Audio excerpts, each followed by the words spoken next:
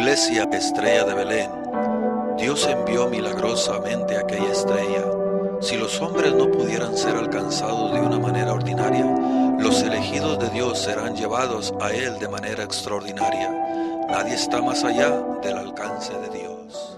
Hace ya muchos años existió en los Estados Unidos una mujer llamada Haiti Green. Y la historia o la biografía narra que cuando ella murió en el año de 1916, el patrimonio que ella dejó estaba evaluado en $100 millones, lo cual esa cantidad en ese tiempo era muchísimo dinero. Lo que a nosotros nos perturba o nos deja helado no es el patrimonio que esta mujer dejó, no, sino que esta mujer era tan avara que prefería comer avena fría con tal de ahorrarse el gasto para calentarla en agua. En una ocasión, amados hermanos, dice la biografía, que su hijo sufrió una fractura en la pierna y ella demoró tanto en encontrar un hospital que le diera un tratamiento gratuito que la pierna de este muchacho tuvo que ser amputada debido a la infección que tenía. Esta mujer tenía una enorme fortuna a su disposición, pero ella tomó la decisión de no usarla. Vivió de manera miserable siendo millonaria y de nada le sirvió todo lo que tenía. Tristemente, mis amados hermanos, muchos que profesan la fe en Cristo se parecen a esta mujer, no por el hecho de que ellos sean avaros, sino que desgraciadamente es por ignorancia. Por ignorancia. Es increíble ver cómo muchos cristianos están hoy en día desnutridos espiritualmente, teniendo a su disposición un gran almacén, una gran bendición de recursos espirituales para el crecimiento, el desarrollo y la madurez de su vida. Son ignorantes de las riquezas de la gracia de Dios. Riquezas que están a disposición para ellos en Cristo Jesús. Y lo único que tienen que hacer es tomarlas, apropiarse de ellas por medio de la fe. Los versículos del 13 hasta el 14 forman una sola oración. Una sola oración. Es la razón por la cual Pablo derrama su corazón en adoración y gratitud por todos los beneficios, por todos los dones de gracia que nuestro Padre Celestial nos ha concedido a nosotros, su pueblo, por medio de Cristo. Por eso Pablo irrumpe en agradecimiento. El apóstol Pablo divide esta oración de los versículos 13 al 14, dice en 3 estrofas. Los versículos 3 al 6 podemos ver que Pablo mira hacia atrás. Por eso el tema, sentenciados desde la eternidad. Por eso Pablo mira hacia atrás, al propósito eterno de Dios el Padre, quien nos escogió para salvación antes de la fundación del mundo. La segunda estrofa va desde los versículos 7 al 12. Ahí Pablo contempla ahora los beneficios que usted y yo ya disfrutamos a raíz de la obra salvadora de Dios a través de Cristo Jesús. Finalmente, en los versículos 13 al 14, Pablo mira hacia el futuro, hacia la consumación de de la obra redentora. Es decir, cuando usted y yo pasemos de esta vida a la eternidad para estar con nuestro Padre por toda la eternidad, valga la redundancia. Así que Pablo, de los versículos 13 al 14, nos habla del pasado, del presente y del futuro. Es una hermosa oración, hermanos. Así que, como podemos ver aquí, mis amados hermanos, las tres personas de la Trinidad, el Padre, el Hijo y el Espíritu Santo. ¿Estás en el librito, amigo? Okay. Como nosotros podemos ver, las tres personas de la Trinidad, el Padre, el Hijo y el Espíritu Santo, son contempladas en este himno de adoración por parte de Pablo. Los creyentes debemos de alabar al Dios Trino por todos los beneficios que Él ya ha derramado sobre nosotros. Mis amados, nosotros fuimos redimidos para alabanza de la gloria de nuestro Dios. Fuimos comprados del mercado de esclavos por medio de Cristo. La siguiente dijo. Es por ello cuán importante es conocer lo que nosotros somos como cristianos. ¿Cuán importante es eso, amada iglesia? Un conocimiento superficial, vano, pasajero de las doctrinas que el apóstol Pablo nos muestra en este pasaje. ¿Qué va a pasar? Producirá una vida cristiana superficial, un gozo superficial, una adoración superficial y un servicio superficial. Nuestro Dios nos ha bendecido, iglesia, con toda bendición espiritual. Pero Pablo no está hablando aquí de algo que tal vez ocurra en el futuro. No, de algo que ya ocurrió. Si estamos en Cristo por la fe, usted y yo ya hemos sido bendecidos con todas esas bendiciones. Ya las tenemos, hermanos. Así que veamos en primer lugar, la descripción que Pablo hace de las bendiciones con las cuales hemos sido beneficiados usted y yo. En primer lugar, nosotros vemos ahí la fuente de donde provienen estas bendiciones. ¿Dónde se encuentra? Dice la primera parte del versículo 3. Bendito sea el Dios y Padre de nuestro Señor Jesucristo, que nos bendijo. Ahí nosotros encontramos la fuente de donde provienen estas bendiciones. ¿Y cuál es la fuente, iglesia? El Dios y Padre de nuestro Señor Jesucristo. De ahí provienen las bendiciones.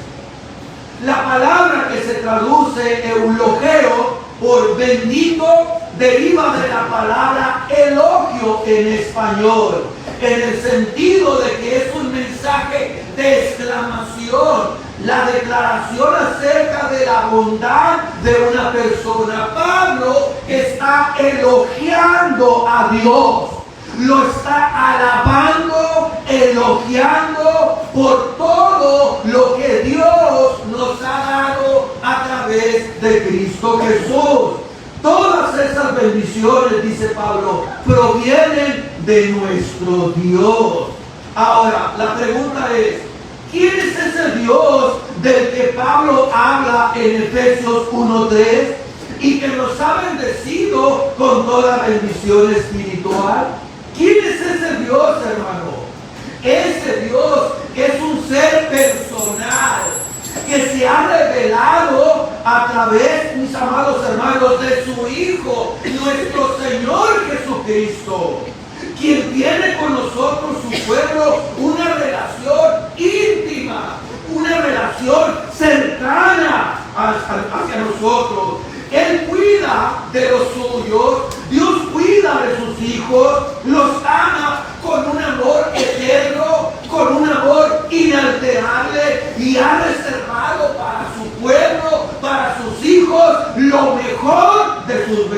bendiciones.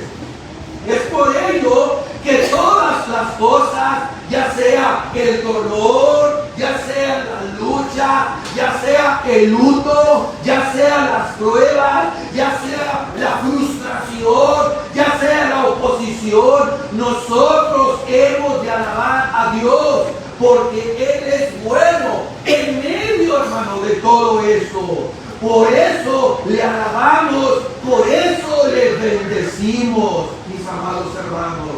No existe un privilegio más grande que es el privilegio de conocer a Dios. No existe un privilegio más grande, iglesia, que relacionarnos con Dios, porque Él es la fuente de todo bien. Es por ello que es una calamidad, es una tristeza para el impío el estar lejos de Dios, porque Él, Dios, es la fuente de todo bien. Y Él ha decidido soberana, sabia y bondadosamente derramar todas sus bendiciones sobre nosotros. Con amor eterno te he amado. Por tanto, te prolongué mi misericordia. Así que la fuente de donde provienen esas bendiciones es nuestro Dios. Ahora, veamos en segundo lugar, ¿cuál es el carácter de esas bendiciones? Dice el texto que nos bendijo con toda bendición espiritual en los lugares celestiales. Entonces, el carácter de estas bendiciones son espirituales. Ese es el carácter. Con toda bendición espiritual en los lugares celestiales. Bendijo, Él ya lo hizo, hermano. Él ya lo hizo. Ese es el carácter de las bendiciones que Pablo está hablando aquí. Por desgracia, y digo por desgracia porque nosotros vivimos en una época muy materialista, hermano. Vivimos en una sociedad muy materialista, en una sociedad que idolatra la riqueza, en una sociedad que idolatra el consumismo, en una sociedad que le da énfasis a la buena vida. Y lo más terrible es que muchos predicadores han acomodado el mensaje del Evangelio a esa forma de pensar. Y esa es la razón de que muchas personas, muchos creyentes han abrazado el Evangelio de la prosperidad.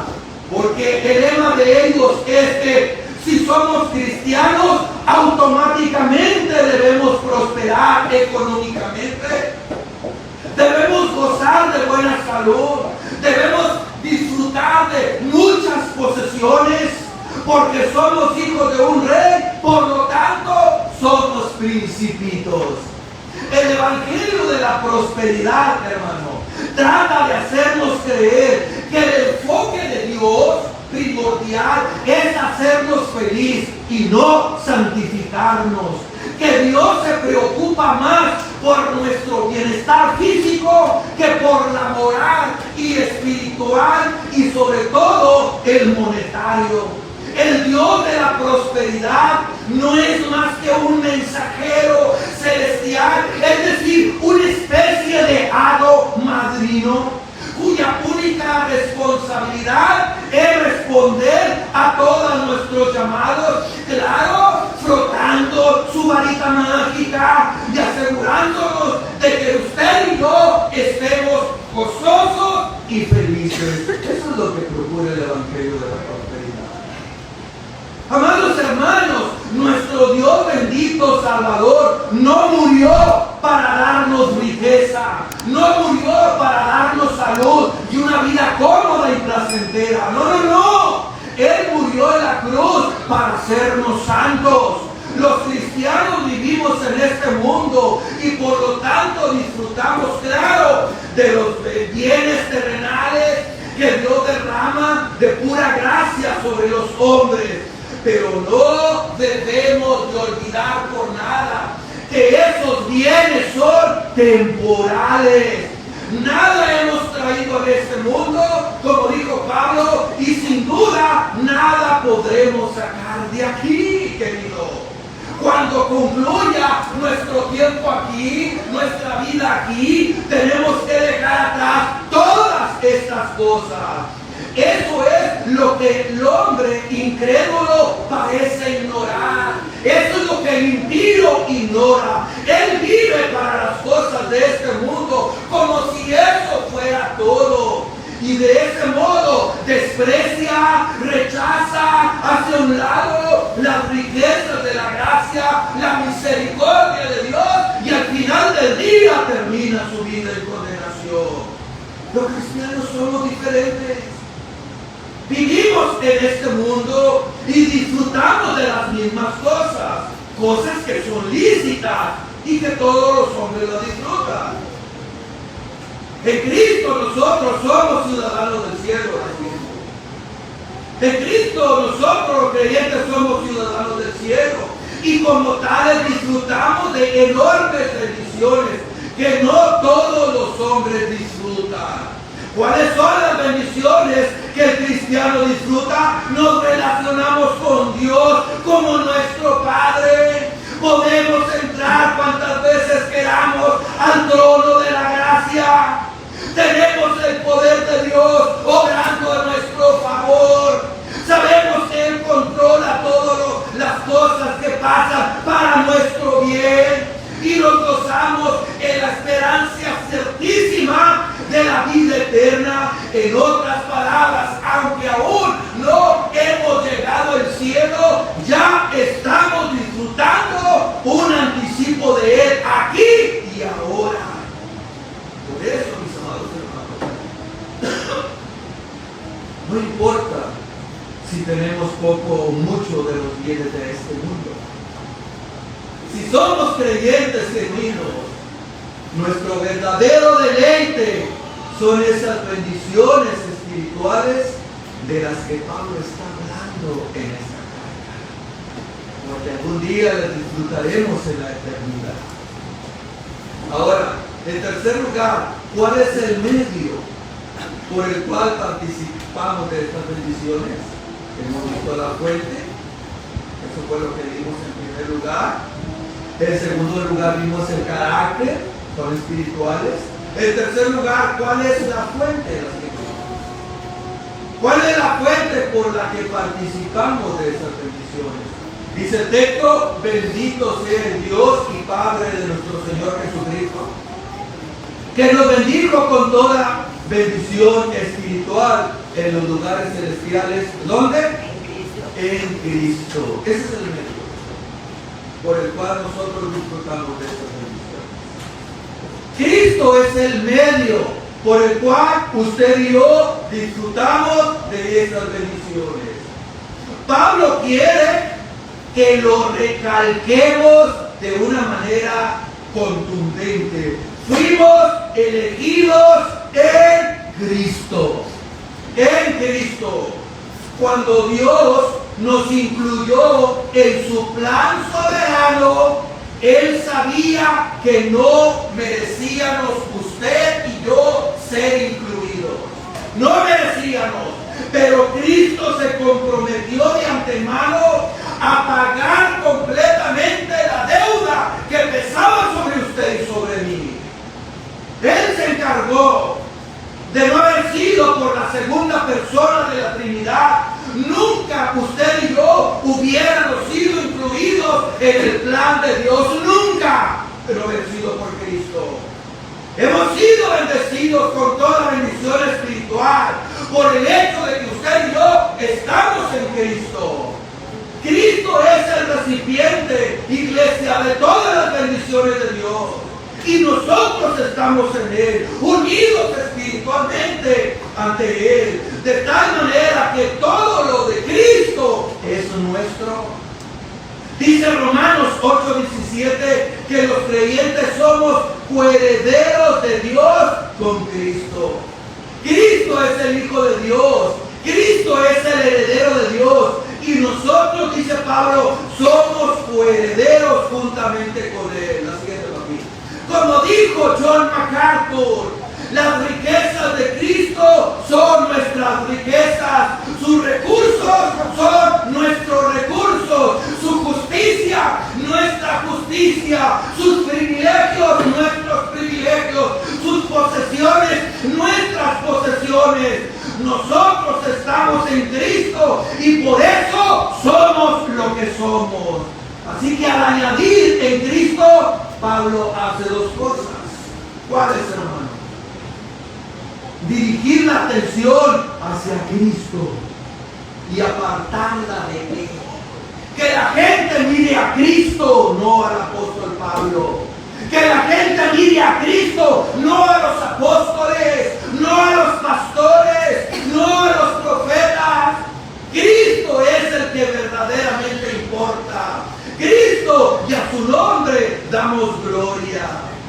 Los creyentes están en Cristo, estamos unidos en Él, encerrados, escondidos, como dice Colosenses 3:3.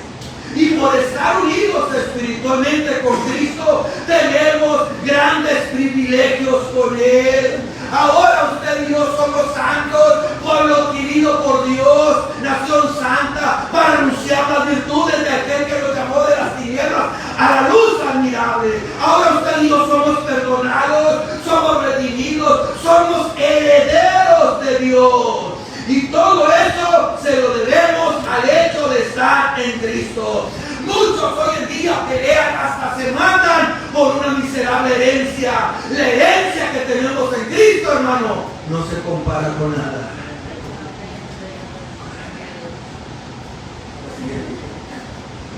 Es por ello que algo anda mal. Algo anda mal cuando se exalta la figura de un líder. Algo está pasando en una iglesia, algo anda mal cuando la figura central es el líder, es el pastor, cuando se le pone en un pedestal que lo adore. Como si el pastor tuviera fuero del cielo, como si su palabra fuera absoluta. Algo anda mal en una iglesia, hermano. El único que debe de ser exaltado es nuestro Señor Jesucristo. Él es el único que debe de ser alabado, honrado, exaltado, amado, porque Él es el tesoro hermoso, escondido, por el cual vale la pena perderlo todo. Él es la perla de gran precio. Él es el que debe ser exaltado. Hay líderes que se creen las superestrellas del club de la santidad, que todo orbita alrededor de ellos, que los miembros les tienen que rendir pleitesía. No, mi amado hermano, de ninguna manera. Ese hombre se está robando la gloria que únicamente le pertenece a Dios. Y su palabra dice que su gloria no la comparte con nadie. Dijo Carlos Spurgeon: el púlpito está destinado para ser un soporte para la cruz de Cristo y este crucificado, pero muchas veces es solo un pedestal para la forma del predicador. ¿Qué dice? Es hacia Cristo que debemos guiar a la gente para que ponga su confianza en Él, no en nosotros. ¿Ustedes recuerdan cuando el apóstol Pedro y Juan sanaron al cojo de nacimiento en el templo de la hermosa? Allá en Hechos capítulo 3, versículo 12. Dice que cuando el pueblo se agolpó a la puerta del templo, y Pedro les dijo: ¿por qué os maravilláis de esto? ¿Por qué ustedes están estupefactos? Dice: ¿o por qué ponéis los ojos en nosotros, como si por nuestro poder o piedad hubiésemos hecho andar a este? En otras palabras, Pedro no quería que la gente lo viera a él como alguien especial. No, fue por la fe que viene de Jesús. Le dijo Pedro que este hombre hoy está en perfecta sanidad.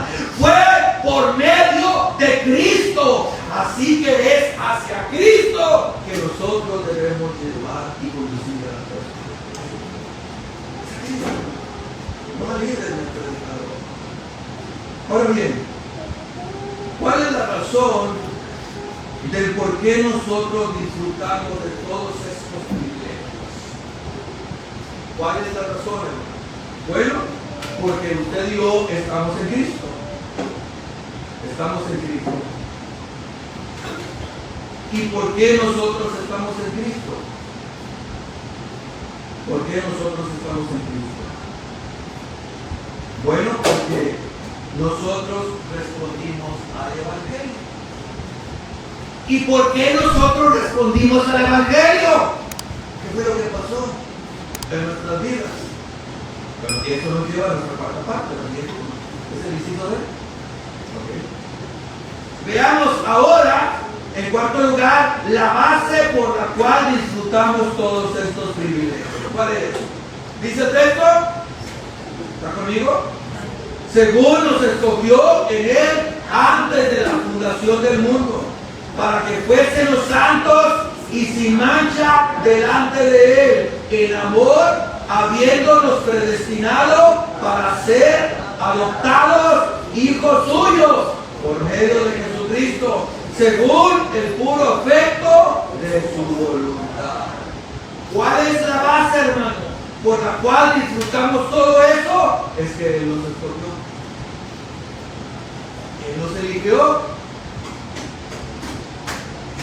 Esta parte, hermano, está bien tremenda.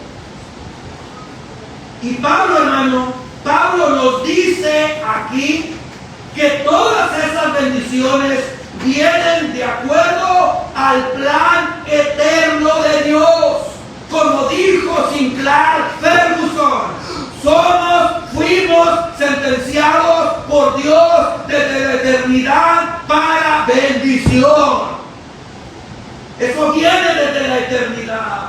Él nos bendijo con toda bendición espiritual porque nos escogió en Cristo. ¿Por qué te bendijo, hermano Él? ¿Por qué me bendijo a mí? ¿Por qué lo bendijo a él a usted? Porque Dios lo escogió a usted.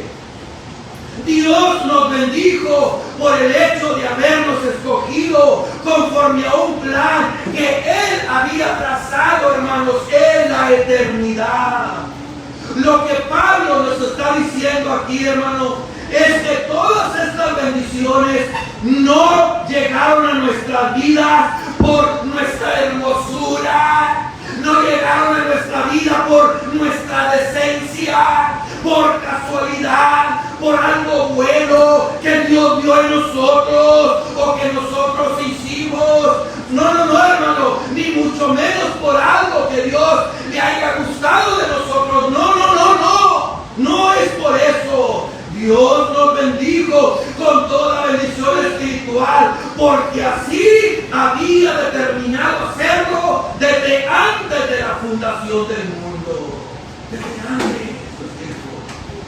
Y mis hermanos, esto nos lleva en esta mañana, tarde ya, a una de las doctrinas más impopulares, más atacadas y sobre todo más incomprendida de toda la Escritura, como es la doctrina bíblica de la elección soberana de Dios. ¡Ay, cuánto problema que es esa doctrina!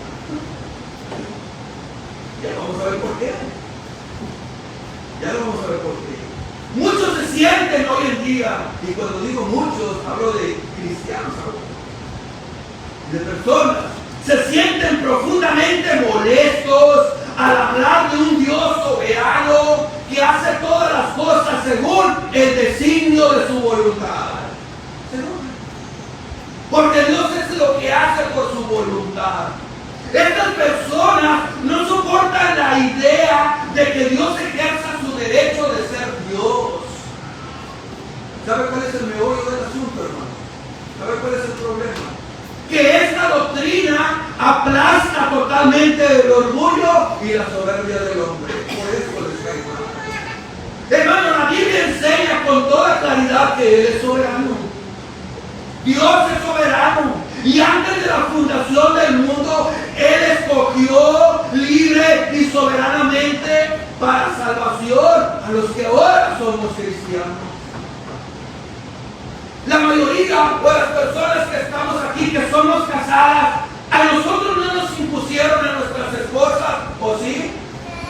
O si no las impusieron, ahora te casas porque te casas.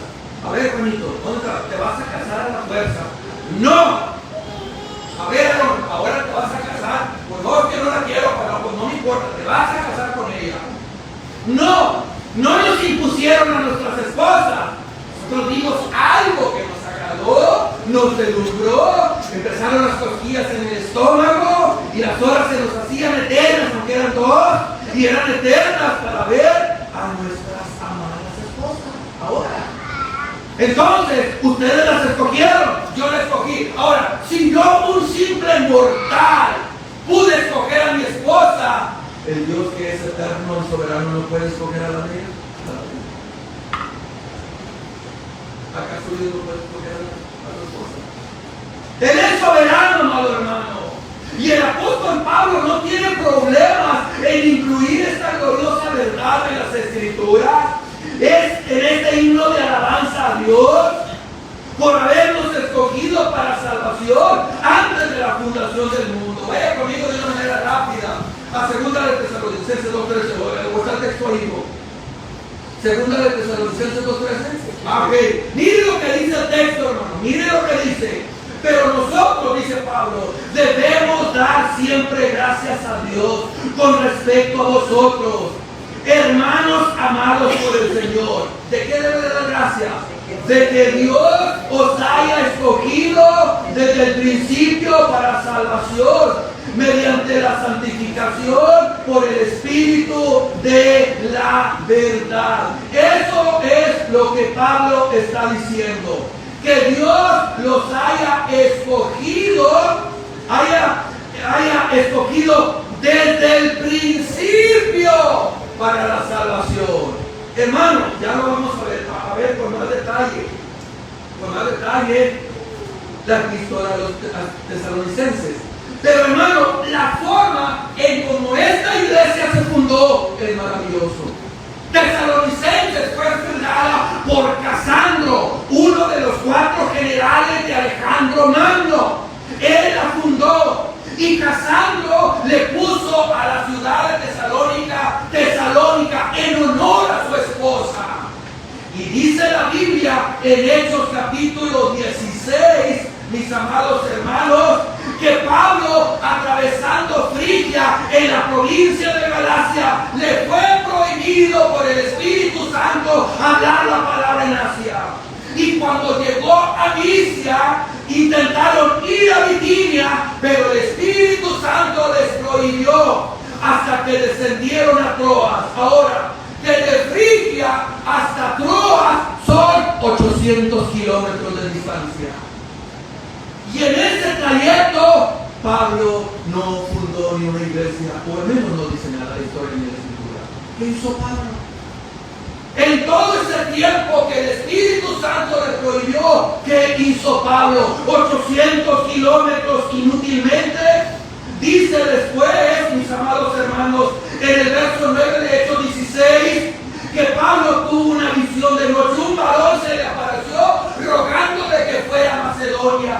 Después se va a Europa, entra a Macedonia, funda Filipos, lo meten en la cárcel, el carcelero de Filipos es salvado, hasta que capítulo 17 llega a Tesalónica y ahí funda la iglesia. ¿Se da cuenta cómo se mueve Dios? ¿Se da cuenta cómo se mueve Dios? Le prohibió no vas a Galacia, entonces voy a Bitinia, tampoco vas a ir a Bitinia. Y se fue hasta Troas, 800 kilómetros, perdió el tiempo. ¿Qué hizo en ese trayecto? Llegó a Filipos, síguele, hasta que llegó a Tesalónica y funda la iglesia. ¿Y qué dice el texto? De que Dios os haya escogido desde el principio para salvación. Porque en el decreto de Dios, en el decreto soberano de Dios, Él ya había escogido a los tesalonicenses para salvación. Si hay una verdad, hermano, en las Escrituras en la que nosotros debemos meditar continuamente, es en la soberanía de Dios. La siguiente.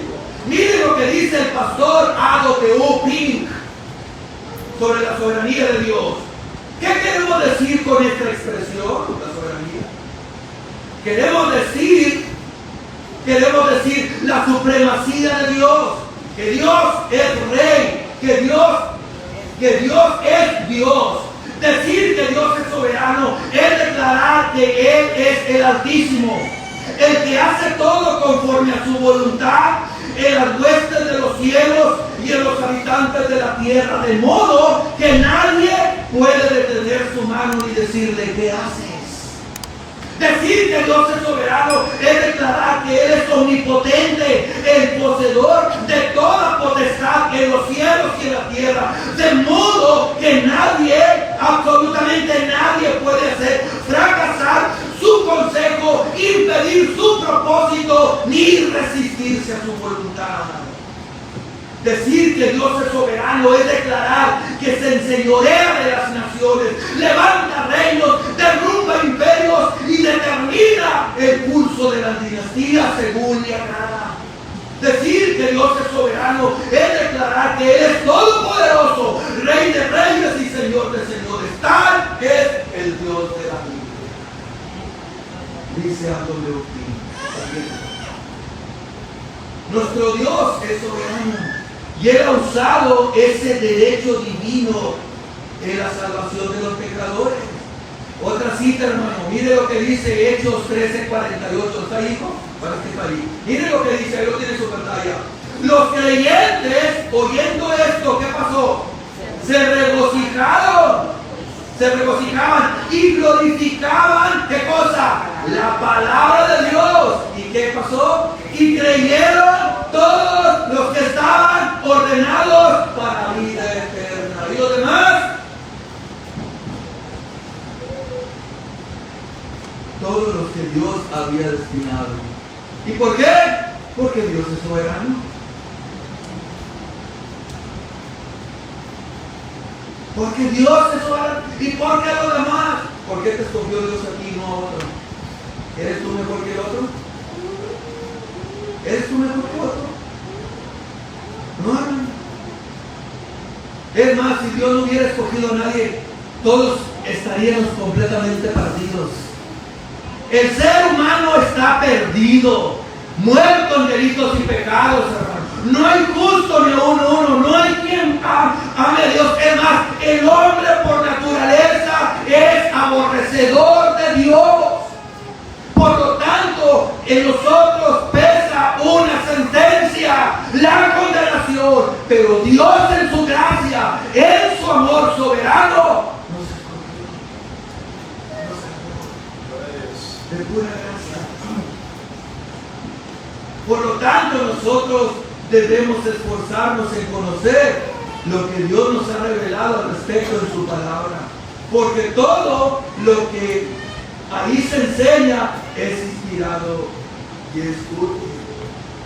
La palabra escoger, hermano, ahí en el griego significa tomar o hacer una selección. Esta palabra es usada en Lucas capítulo 6, versículo 13. Al hablar de la selección que Cristo hace de sus 12 discípulos, de sus 12 apóstoles. Tome algo en cuenta. Ellos no decidieron ser apóstoles de Cristo. Cristo los seleccionó soberanamente de entre la multitud que los seguía para que fueran sus discípulos. Y lo que tenemos aquí en Efesios 1:4 es que Dios nos escogió para salvación. Cristo dijo en Juan 15:16: no me elegisteis vosotros a mí, sino que yo os elegí a ustedes. La siguiente. Miren lo que dice William Hendrickson. William Hendrickson dice: en la tierra los amigos generalmente se escogen entre sí. ¿No es cierto que cuando jugábamos al béisbol, ahí estaban los capitanes? Ahora sí, vamos a escoger. Ok, fulano de tal, y escogían los más robustos, los más fuertes, ¿no es cierto?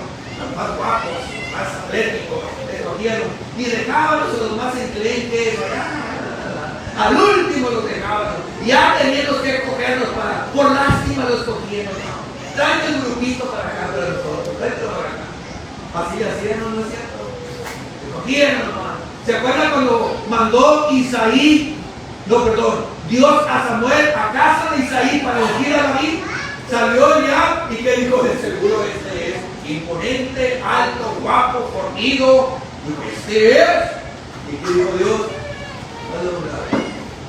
No miren lo de afuera porque yo lo desecho, yo miro lo interior.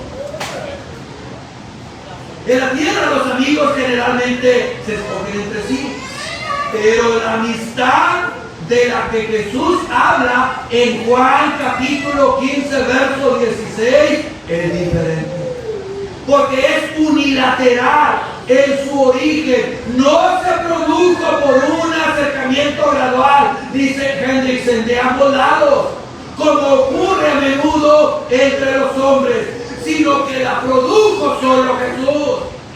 Estas palabras ponen de manera sobresaliente el carácter libre, independiente y espontáneo del amor de Cristo. Cristo, iglesia, nos amó. Cristo nos escogió cuando tú y yo no queríamos saber nada de Él. Cuando tú y yo lo aborrecíamos, aún así Él nos escogió. Cuando tú y yo éramos sus enemigos, aún así Él nos escogió.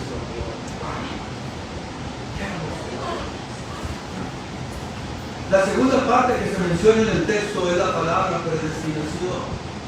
Escucha lo que significa esta palabra. Dijo Carlos Spurgeon, podrás estar en desacuerdo con la palabra predestinación. Podrás estar en desacuerdo con la palabra predestinación. Y muchos estamos en desacuerdo. Muchos pensamos de manera diferente. Pero dice Spurgeon, jamás podrás borrarla de la Biblia. Debemos estar en desacuerdo, pero nunca la podrás borrar. Miren,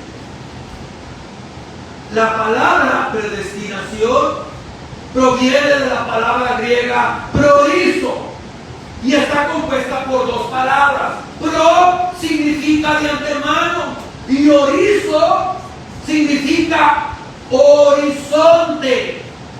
¿Qué es el horizonte? El horizonte es la línea demarcatoria que separa la tierra del cielo.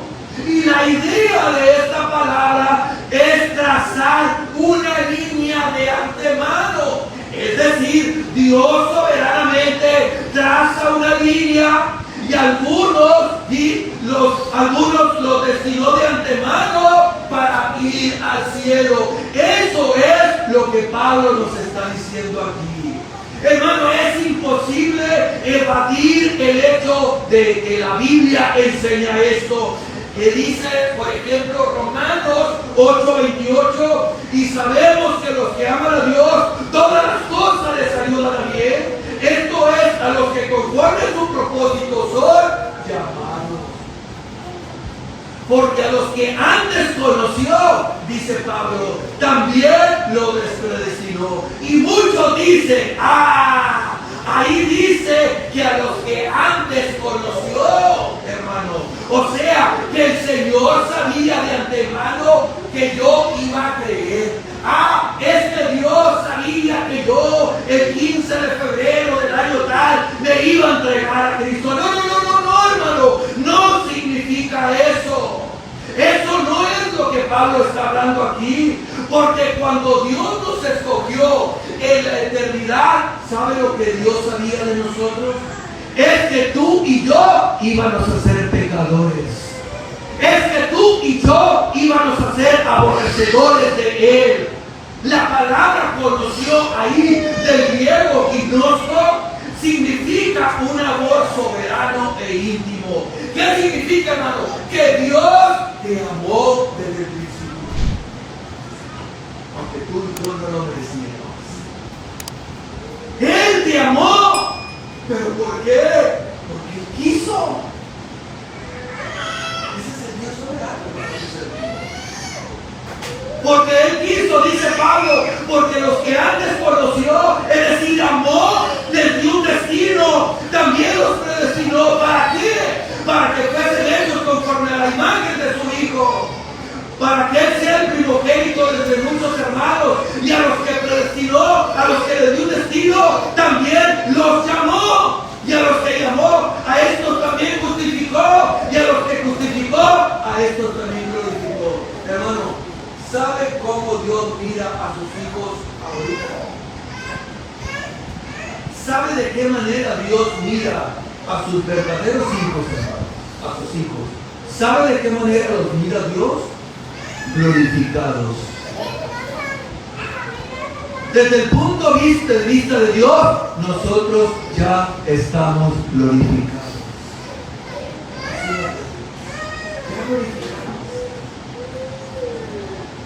A esos mismos que Él amó en la eternidad, a esos mismos que Él predestinó, hermano. Por eso dice Romanos 9:16, dice, así que no depende del que quiere ni del que corre, sino del que Dios tiene misericordia. Hermano, la salvación depende de Dios que tiene misericordia. Hermano, aquí la cuestión es, y voy terminando, aquí la cuestión es, ¿quién está en las manos de quién? ¿Quién está en las manos de quién?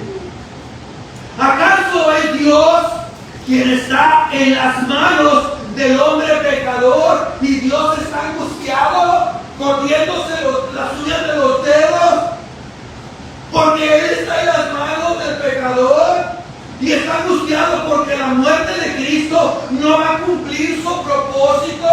Está angustiado porque los pecadores han endurecido sus corazones contra Él. ¿Acaso es Dios el que está en las manos del pecador? No, hermano, no. No es así. Es el pecador el que debe de estar temblando como Belsasar, porque es él, el pecador, el que está en las manos de Dios.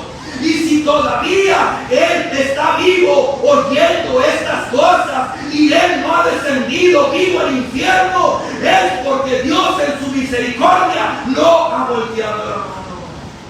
Es el impío el que está en las manos de Dios, no es Dios el que está en las manos del impío. El hombre no es poderoso, Dios sí lo es. La persona sin Cristo está en las manos de un Dios airado, como dijo Jonathan Edwards. Un Dios que no tiene ninguna razón que no sea su pura misericordia para voltear la mano en este preciso momento y mandarlo al infierno por toda una eternidad. No tiene ninguna razón que no sea su misericordia. Es el hombre, hermano, que está en las manos de Dios. Y si Dios no voltea su mano, es por pura gracia, por pura misericordia. Por eso debemos de dar la siguiente. Hermanos, que Dios nos conceda vivir a las alturas de este privilegio, mostrándole al mundo la gloria de Dios a través de una vida santa y gozosa, independientemente de las circunstancias que estemos atravesando en estos momentos. Quizás hay crisis financiera, guerras, rumores de guerras, hambre, enfermedades, problemas matrimoniales, problemas con los hijos. Independientemente de todo eso, debemos darle gracias a Dios. Mis amados hermanos, ¿dónde estaba Pablo cuando escribió la carta a los Efesios? ¿Dónde estaba él? ¿Acaso estaba en un hotel de 5 estrellas ordenando caviar, ordenando langosta y botellitas de agua fina como muchos pseudo evangelistas? No. Él estaba en una prisión de 5 estrellas, en el calabozo más profundo y húmedo. Y en vez de estarse quejando, en vez de estarse lamentando ahí en la prisión, Pablo dice: bendito sea el Dios y Padre de nuestro Señor Jesucristo, que nos bendijo con toda bendición espiritual. Él bendecía. Mi amado hermano, son estas realidades eternas el consuelo de tu corazón en medio del dolor y de la adversidad. Son estas realidades tu consuelo. La siguiente. Por otro lado, la elección divina no elimina toda la esperanza, hermano. Como muchos creen. No elimina toda la esperanza. Algunos toman esta doctrina como excusa para no venir a Cristo en arrepentimiento y fe. No, pues es que no voy porque no me he elegido, por eso ando tomando, ando haciendo esto. Eso es una excusa barata, hermano. El llamado de Dios al hombre es universal. Venid a mí todos los que estáis trabajados y cargados, que yo os haré descansar. El llamado es para ti, es para mí, es para todos sin excepción. Para todos. Que vengan en arrepentimiento y fe. No hay nadie, hermano, que atienda este llamado y que sea rechazado por Dios. Nadie. Dijo Carlos Spurgeon, ninguna persona que se encuentra en el infierno puede decir, fui a Cristo y Él me rechazó. No hay ninguno. Porque Él dice, al que viene a mí, yo no le echo fuera. La Biblia nos enseña, hermano, no enseña. La Biblia no enseña en ningún lugar que para venir a Cristo primero debemos averiguar si somos elegidos. No es verdad, eso no dice la Biblia. La palabra de Dios más bien nos invita a venir, dándonos la seguridad de que si venimos por la fe a Cristo, clamando por misericordia y perdón, no seremos desechados. No seremos desechados. Mi amado, la razón por la que muchas personas se están perdiendo hoy en día en el infierno y no vienen a Cristo, no es porque Dios se los impide. No es porque Dios se los está impidiendo. Dios no le impide a nadie venir a Él. Es más, Dios se deleita en tener misericordia. Él se deleita en perdonar. No, la razón por la que muchos no vienen es porque aman su pecado, porque no quieren dejar esa vida de pecado. Esa es la razón, la dureza de su corazón. Esa es la razón por la que muchos no quieren venir a Cristo en arrepentimiento y fe, porque aman su pecado, se deleitan en eso. Pero ¿sabes qué, hermano? ¿Sabes qué? Cristo tiene el poder para vencer esa resistencia. Cristo tiene el poder para vencer esa obstinación. Y ese poder es a través de la predicación del Evangelio. Esa es la razón por la que nosotros nunca nos cansamos de predicar. Porque ese Dios ha escogido a muchos para salvación. Él también ha escogido el medio por el cual ellos serán salvos. Y el medio primordial que Dios escogió es la locura del Evangelio, la locura de la predicación. Por eso dice Pablo en Romanos 1:16 que el Evangelio es poder de Dios para salvación. Y en Romanos 10:17 dice que la fe es por el oír y el oír por la palabra de Dios. A Dios le ha placido salvar a los creyentes, a las personas, por la locura de la predicación. Usted tiene la responsabilidad de responder a ese llamado de Dios. Es su responsabilidad. Dios es soberano, pero el hombre es responsable. Ambas cosas, hermano, la Biblia las enseña. Nadie será salvo hasta que tanto se exponga a las Escrituras y responda a ellas creyéndose y arrepintiéndose de sus pecados. La Biblia no dice, si son elegidos serán salvos. No, la Biblia dice, si crees en tu corazón, serás salvo. Tu responsabilidad es creer y arrepentirte y venir a Él y disfrutar de todos esos beneficios que Dios nos ha dado a través de la persona de Cristo. Aleluya. Que Dios bendiga su palabra, hermano, y que haya mucho, abundante fruto para su gloria, para su alabanza. Amén. Póngase de pie en esta tarde.